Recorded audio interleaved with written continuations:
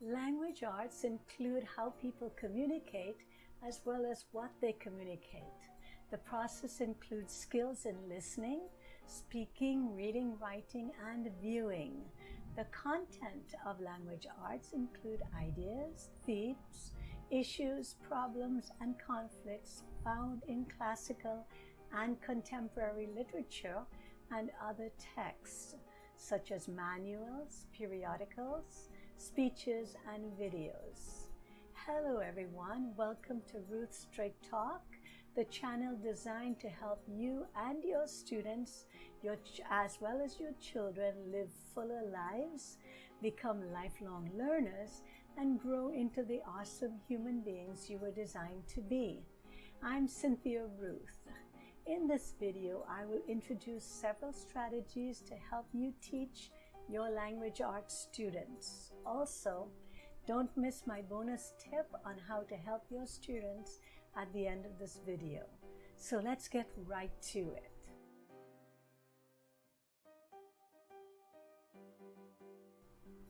The first strategy is with vocabulary.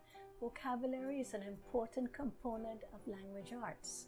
Context clues is one way to determine the meaning of an unknown word. So let's take a look at the strategy of using context clues. First of all, listen for the words you don't understand and write them down. Number two, determine what you already know about the text and the clues and look for inferences. Number three, look for any possible contrast in the sentence so that you can tell the unfamiliar word is the opposite of the word you already know. Or look to see if there's a kind of restatement or a synonym next to the unfamiliar word. Think about what the unknown word means based on the gist of the sentence, and then make your best educated guess. So let's take a look at a sentence. This first sentence, since it was raining outside, I used my BUMBERSHOOT to keep from getting wet.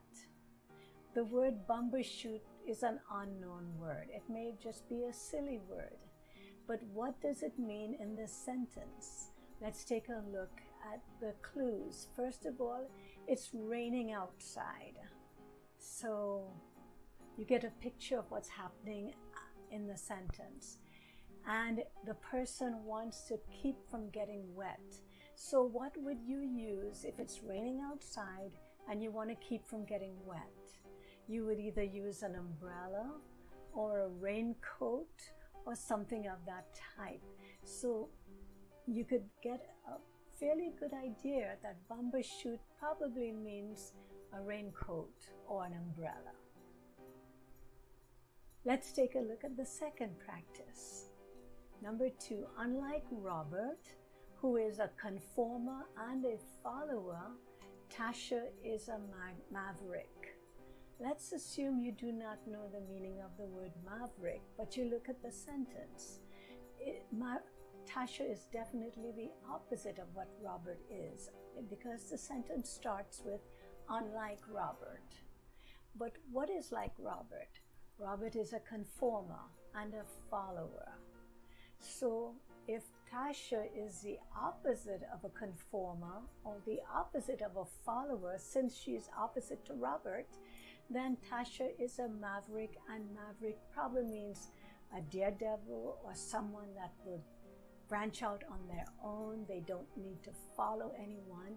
So based on the clues that you found in that sentence, you can tell that the word maverick probably means someone that's unconformer, someone that does not follow other people but is willing to strike out on their own initiative.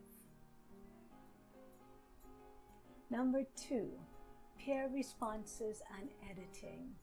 This is a very valuable learning strategy for students. After writing an assignment, the students then switch papers with each other. They then make notes in the margin of things that they think are very good about the paper and things that need to be improved. The student can make notes in the margin of the text that they critique in their peers' paper.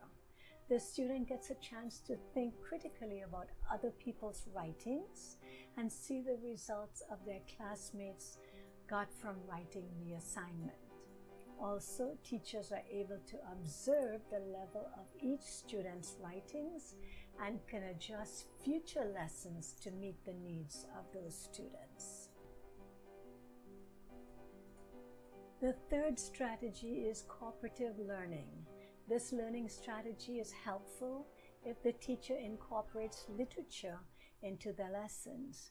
Cooperative learning occurs as students break into small groups to discuss a literary text. The student begins to learn to analyze literature. They look for themes, they look for content, they look for sequence in events. Students may even do some role-playing that adds enjoyment to the learning process. Number 4, complete the story. This type of free writing allows the student to let their imagination go wherever it wants. The teacher gives the class the first line of a fictional story and then let them finish the story. Let them know that while all the rules of grammar remain the same and good writing will apply, they could choose the plot and the direction of the story. For example, the teacher can begin with a sentence that looks something like this. As I look back, I could see very clearly the day my life changed for the better. Also give them sufficient time in the class to at least do their outline and the rough draft. Then the teacher can pick up those assignments and grade them and show them what they've done well and show them what they need to improve on before they do the final draft. The bonus strategy, student chosen text. One way to make lifelong readers of your students is to allow them to choose the reading material. Students are given a choice of literature from age and reading level appropriate book collection. After the independent reading, students will break into groups and discuss what they've learned. Book club style, followed by journaling. This will help the students to delve deeper into the literature, develop critiquing skills, and share their reading passion with their peers. This is a very effective way to get your class engaged in reading and engaged in literature.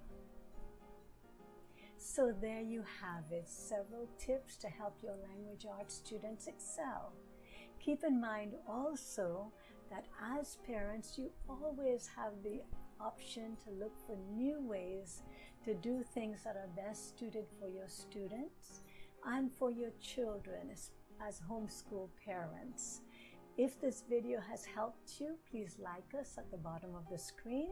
And if you are new to my channel, please subscribe to get notifications when I post new videos. Also, I would love to hear about other strategies or questions that you may have that would be helpful to my audience. I would love to share them with my audience. Please leave me a comment at the bottom of the screen. Again, thank you so much for visiting with us at ruthstraketalk.com. As always, it has been a pleasure. Happy learning and goodbye.